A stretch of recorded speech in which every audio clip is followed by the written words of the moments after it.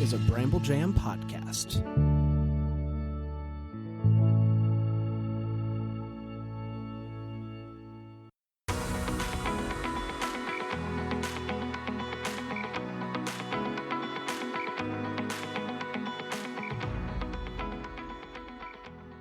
Welcome to Girls Gone Hallmark, a Hallmark review podcast taking a detour to Netflix to discuss today's episode. I'm Megan, and I'm a longtime Hallmark fan. I'm Wendy. I'm a former Hallmark hater. On today's episode, we are discussing the series Ripple, episode 6, which is currently streaming on Netflix. Yes, we are a Hallmark podcast, but we're doing more and more content outside of that. We do have an additional Netflix review dropping this week, and the best place to keep up with us and our current schedule of episodes is on Instagram, where we are Girls Gone Hallmark. You know, I told you this off mic, but we recently reviewed another Ian Harding Hallmark movie called Lost in Paradise. Yes. And we were promoting it on socials, and my dad, bless his heart for following us and engaging with our content, DMs, and he's like, "Is that the guy that's in Ripple?" And I just thought, oh, he's so sweet. I was like, "Yes, Dad, that's Ian Harding. I love it. He is in Your he is in dad Ripple. is a good social media supporter. Always likes stuff, always know. reacting He to tries. stuff. That's very sweet. He knows it does something to the algorithm. Yeah, so. that's very sweet. I appreciate it. Yeah. Thanks, Tom. You're so funny. Hey, if you like us, Megan and Wendy, we invite you to come over and join our Patreon. It's patreon.com/Megan and Wendy. We put out 5 episodes per... No, we don't. Megan just gave me this look. Her eyes got real wide. We put out 4 new episodes, usually Monday, sometimes Tuesday. 4 episodes per month for the bargain price of $5 a month. This is a paid subscription platform. It's a little looser, a little more casual. Dropping this week is our Pop Culture Club episode, where we talk about what we are reading, watching, and listening to. And it's out. It's ready for you. And you can listen for free. It's a 7-day free trial over there to check out what we have going on. Patreon.com/Megan and Wendy. And it is linked in our show notes. Now let's hear a synopsis for episode 6, The White Coat. A new career opportunity forces Aria to decide between pursuing aspirations and loyalty. Walter struggles to take up Brenda's charity legacy. Before we jump into news and notes about this episode, I want to publicly respond to a message that we got in our DMs. It says, "Hi, quick note. I noticed y'all calling Ellis her. Still, after it was revealed they are non-binary. So just wanted to make sure you were aware." I responded, "Yes, thank you. You're right. Thanks for the reminder." This is just like a bonehead mistake. Yeah, no, I appreciate them pointing that out to us, because I'm glad you read that. I saw that message after you had responded when it came through, and I was like, yeah, I definitely have been doing that. I made a conscious effort to adjust my notes accordingly this week. If you don't know anything about us, like, we definitely want to respect everybody's personal pronouns. And Absolutely. That's something we definitely try to do. Just completely got in the rhythm of things and didn't. Yeah, we made a mistake for sure. Yeah. Anyway, let's get on to news and notes. Melanie Orr returns as director. She has 32 directing credits and most recently directed 4 of the 6 episodes in the latest season of Mistletoe Murders. Her other work includes Sullivan's Crossing, The Hardy Boys, and The Spencer Sisters. Jerry Canto Georgis wrote episode 6. His writing resume is fairly limited outside of episodes 1, 2, 3, and 6. This is his only credited work so far. He is currently in pre-production on another project he wrote called Fourth Wall, which is set to star Emma Roberts. Oh, hey. Our regular cast returns. Frankie Faison as Walter, Julia Chen as Kris, Ian Harding as Nate, Sydney Agadong as Aria, Marcy T. House as Tara, Sarah Swire as Ellis, along with Robert Bizzacci as John and Vanessa Smythe as Claire. Isabella Asbury returns as Finn. Isabella has 10 acting credits with appearances in Ginny and Georgia, as well as a few Lifetime movies. Eden Broad appears as Rebecca with just 16 acting credits. Ripple appears to be her biggest job to date. Roy Lewis plays Pastor Michael. Roy has 53 acting credits with tons of Hallmark appearances in movies like The Jane Mysteries, A Deadly Prescription, and A Not So Royal Christmas. Chantel Riley plays therapist Dr. Anderson. Chantel has 26 acting credits and has appeared in the Love Club collection of movies as well as the series Frankie Drake Mysteries. Question, Frankie Drake Mysteries is not Hallmark? I don't know. I don't think it is. I don't think it is either. I know we've heard it. She was in like so many episodes and I was like, I feel like I would see this in repeats. What channel is it on? When I Google Frankie Drake Mysteries, the first thing that comes up is a Reddit thread. Frankie Drake Mysteries is terrible on Reddit period dramas. It's a Canadian series. It's okay. All right. Finally, Jasmine Ward plays Carrie. This is just her 4th acting credit. Hey, let's take a quick break and come back with our first impressions.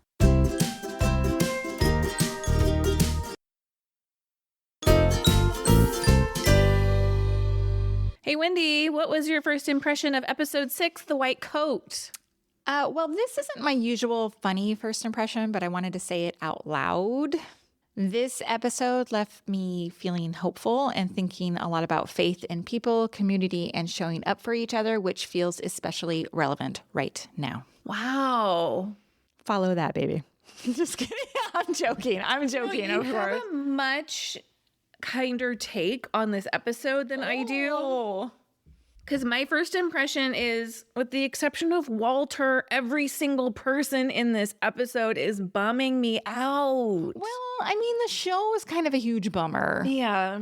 But I 100% agree with the sentiment behind your first impression. Well, I want to talk more about that a little bit later on. Okay. Especially your characterization of everybody bumming you out. I mean, it's not wrong. Right before this, I had watched People We Meet on Vacation, like pure rom-com frothiness. And then we come into this show, which is a little bit has more depth to it. Also, before we jump into our likes, I got to say, I noticed in our Facebook group yesterday, somebody was like, oh, hey, I started watching Ripple because Megan and Wendy were talking about it and it's great. And then all these comments were like, it's so good. It's so good. I was like, look at us. Influencers. That's so funny because I heard an ad for a podcast network that was like, most people don't consider podcasters influencers, but also a good percentage of people have said that a podcaster has influenced or changed their mind about something. And they were talking about the power of trusted opinions. Oh, interesting. And it just made me think of when people email me, I watched, because we just got another email that was like, I watched this movie that I had previously skipped because of your review. Yeah. It makes me feel good. I know. I'm glad that not to toot our own horns, but I'm glad that people see us as like a respected and trusted voice. Yeah. In movie reviews. Yeah. Yeah, that's exciting. All right. I'm going to talk about what I liked because I have a good list. Yes. I thought the white coat idea, it really worked for me here. There's always like this thread line, right? And earlier in the season, it was like kind of hitting us over the head. Yes. They've walked it back just like a tiny bit, which I like because now I did feel in this episode I wasn't like searching for like, who else has a white coat? What's the white coat? Is the white coat the doctor? Is the white coat like whatever, right? Well, that's really interesting that you say that because I also appreciate that this wasn't so blatant. However, because I've been trained to expect the obvious, she's going to trip over the pebble moment, I was like, well, did they tie it together enough? That's where my brain initially went. And then I had to go, because in my mind, I'm like, the white coat was Brenda's coat. That's the obvious. Sure. But you're right. The doctor, I couldn't, but then there were elements I was like, well, how do these people tie into the white coat of it all? And I said, I'm going to let it go. Maybe I could rewatch it and figure it out. Doesn't really matter in the ultimate storytelling. Right. Exactly. My takeaway is the white coat isn't just about it being Brenda's coat. And Walter basically says it when he's with Tara and he says, I can give away the physical things, but keep the memories. I was like, man, that really stopped me in my tracks because when there's grief and change and transition, which I appreciate Tara stepping into this role of like, okay, Walter, we need to like, gently pressing him to move on with his life. But we do hang on to things when a person is gone. I mean, have you ever held on to like a box of notes from a boyfriend or like stuff? You know what I mean? Right? Because we tie all these like memories to these physical things. Mm-hmm. I just love that Walter's like, I can have the memories. Yes. I can keep the memory. Oh my God. Walter, Frankie Faison is not nominated for some sort of Golden Globe or Emmy for this. He's outstanding in this show. He is. Outstanding. He's the best. He's the best. Look, he's my number one like from this episode. His arc is the most hopeful to me. Yes. It's the only hopeful arc, quite frankly, in this episode, in my opinion. And it's hard because at the beginning of the episode, he's not in a hopeful place. He's struggling a little bit. Mm-hmm. And he's kind of mired in his grief. And fortunately, he remains connected to these people like Ellis and Tara specifically, who pull him out of it. But what I like about Walter is he's open to hearing what other people have to say. Yeah. He comes from a place in the world of religion and church because of his past trauma. Right. Of a very distrustful of church and the people who go there. Mm-hmm. And he is fully willing to hear what Pastor Michael says to him. Yeah. Now, granted, Pastor Michael says good things to him. He has a good story to tell. Yeah. But the fact that Walter is who he is based on his past, we learn about his sister and his dad, is kind of the ultimate hopefulness for me. Oh, totally. Like that scene between him and Pastor Michael, which also Michael did the voiceover at the beginning of the episode.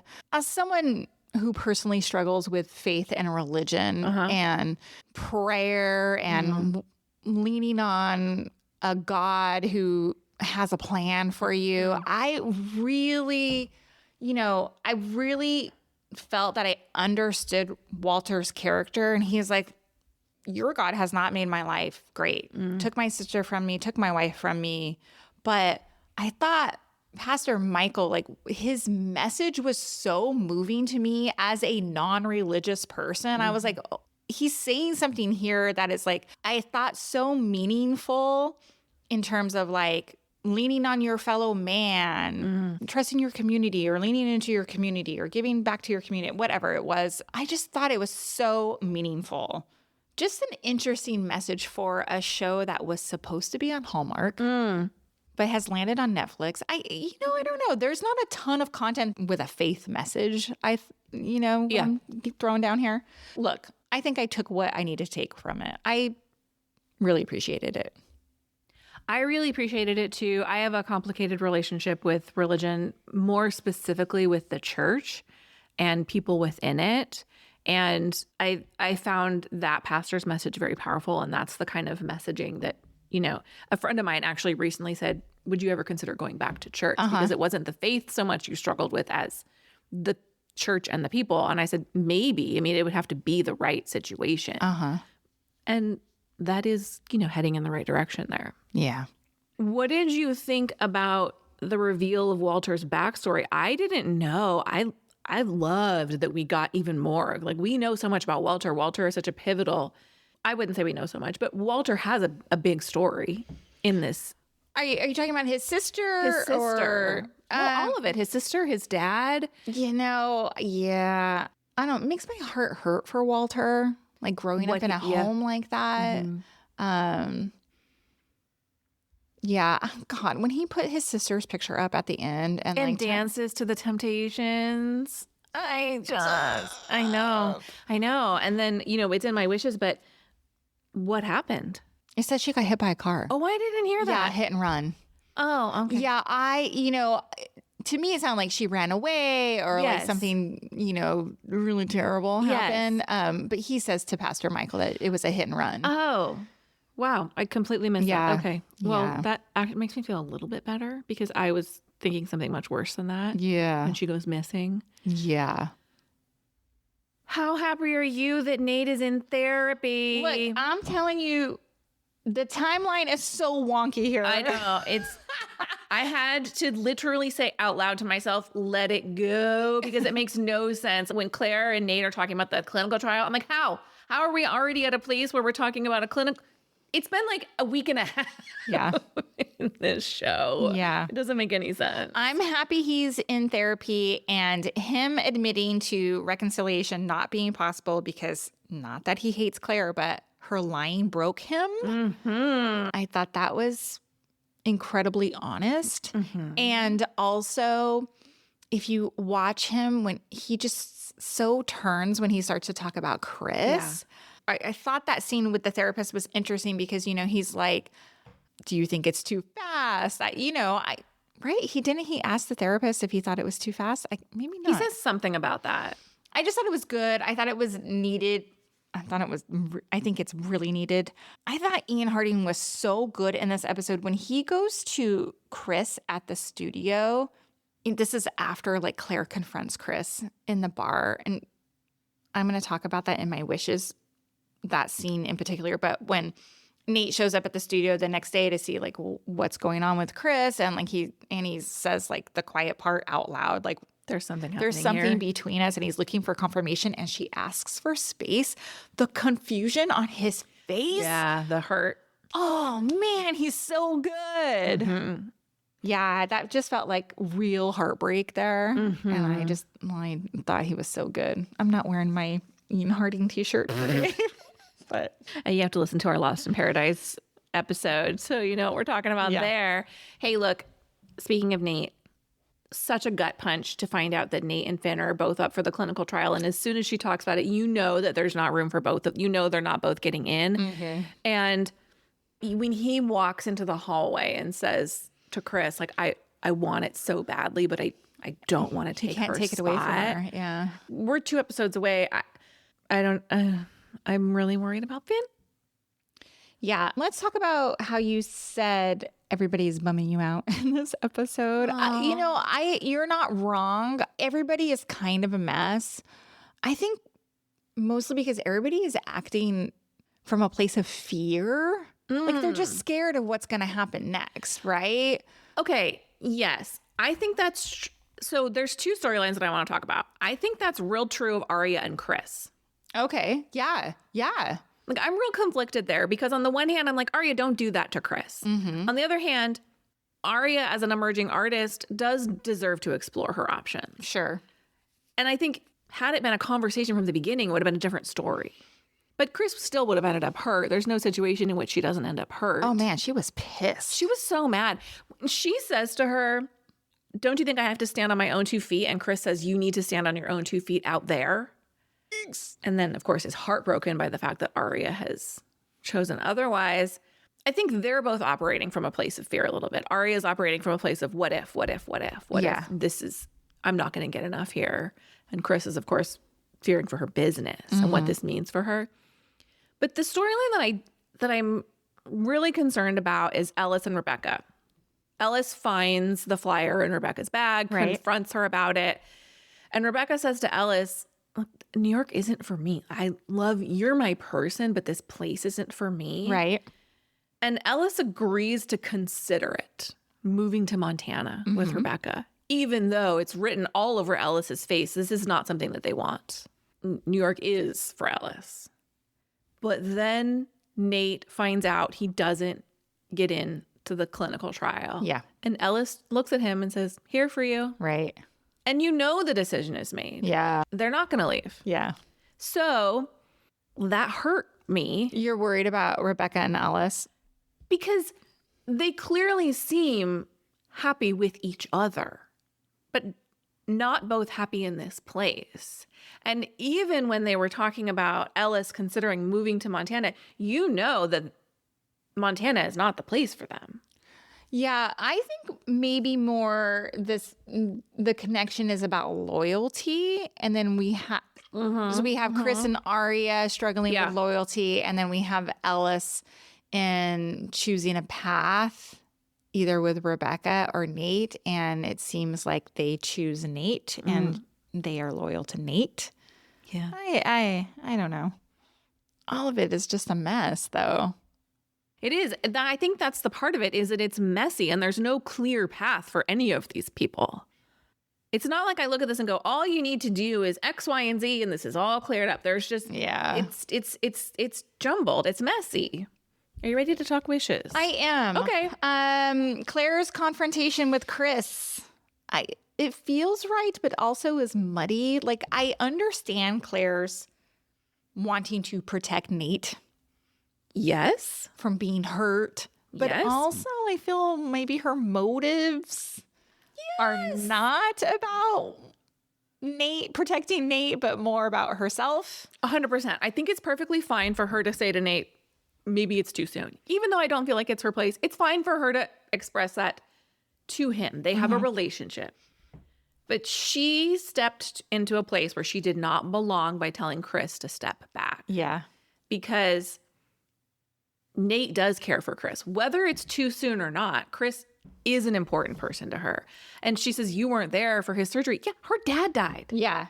That's not for Claire to understand. No. And Claire says, I dropped everything. Well, you didn't have the same things to drop that Kris did. Yeah. I agree. I don't think Claire was in the right. I hate that happened.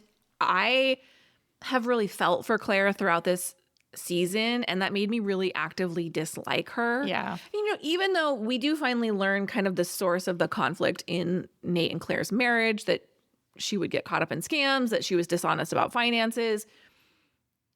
And I love his conflict where he's like, she's such a solid human. Yeah. Good mom. But she lied to me over and over and over again. It wasn't that she caught up in scams. It was that she hid it and she lied to him.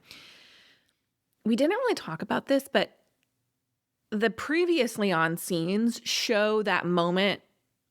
Is it at the beginning of this episode? I think it's at the end of last episode where she's holding the ring in her hand and she Googles something. I think it's this episode. But we never see her follow through. But when she's talking to Nate, Nate's like, we can't afford the clinical trial. And she's like, don't worry about it. I got it. Yeah. No scams. Not like, kind of a scam. A little bit. I mean, not a scam, but not a straightforward way. I don't know. I mean, Nate doesn't know about the ring. yeah. So it is more lies. It's more lies. She's coming from a good place of like, oh, let me sell this piece of jewelry, but it feels a little icky because his mom is the one that gave it to her. Sure. And he doesn't know about it. Yeah. And like, yeah. Yeah. Did you happen to see, Anna comes out from the back room at the bar in this scene. Is this the first time Kris sees Anna? Oh, I don't know. I don't know either. And I don't know if she knew if Anna was hard of hearing or not. I don't know either. I can't. How does she react in that moment? Kind of like she, because Claire just unloads on her and then she sees their child, Nate and Claire's small child. And I Claire think, is signing to her. Yeah. And I think maybe Kris has this full picture Of everything he's dealing with. Yes. Yeah. But I can't recall the details if she knew or not. It doesn't really matter. I think it was clear in that moment. She was like, oh, he's dealing with a lot. So maybe I do step back. How much do you love, I know we're not doing this right now, but Ellis's relationship with Anna? So sweet. And they say she's my favorite person. Yeah. Love it. So sweet. Speaking of Anna, if I may, when she comes into the bar with Nate and Ellis and Anna are signing to each other, there are no subtitles. I know. I really loved it. You loved that there was no subtitles? Well, I was like, what are they talking about? yeah, I know. I thought that too. I wanted to know, and I was watching this with subtitles. It should have been on the screen, even if you weren't watching with subtitles. It's like when they're speaking in another language. I feel as a non-ASL speaker, like it felt locked. I felt like I was locked out of this moment between them, which is so sweet. The way Ellis cares for Anna. And maybe it's that the content of the conversation is less important than the fact that Ellis learned ASL for Anna. Right. And that they clearly have this relationship with each other. That's what's communicated in that moment. Yeah. What other wishes do you have? That's it. Me too. Let's talk. Did you see that? I don't have any one true did you see that? No, the in show this. doesn't have the true did you see that's in this sense. But look, Tara is the funniest person in this show. I love Marcy T. House so much. By the way, I saw on Threads, Marcy T. House, someone had said, has anybody here moved out of the country? And Marcy said 5 years ago, and I've never looked back. And I wanted to be like, where do you live? Like, tell us more. What did you do? Not in a, but like you bailed on this current situation. Yeah, I wonder where she's living. Yeah, it may be. I didn't do even the slightest bit of a next step to find out more. I thought it was very interesting. But when she's trying to help Walter declutter, and not declutter's the wrong word, move some of Brenda's items so that he's not bashed over the head day after day with these physical memories. She says, if it's not for you, you got a bit of to do. Like the woman's vitamins. I laughed out loud. I thought it was very funny. I love the way Marcy delivers a line of dialogue. She's great. That's kind of it. I wish we knew if we were going to get a season 2. Renew it. Hey, thank you for listening to this episode of Girls Gone Hallmark, a Bramble Jam podcast. We'll be back next time with more Hallmark reviews. Goodbye. Bye.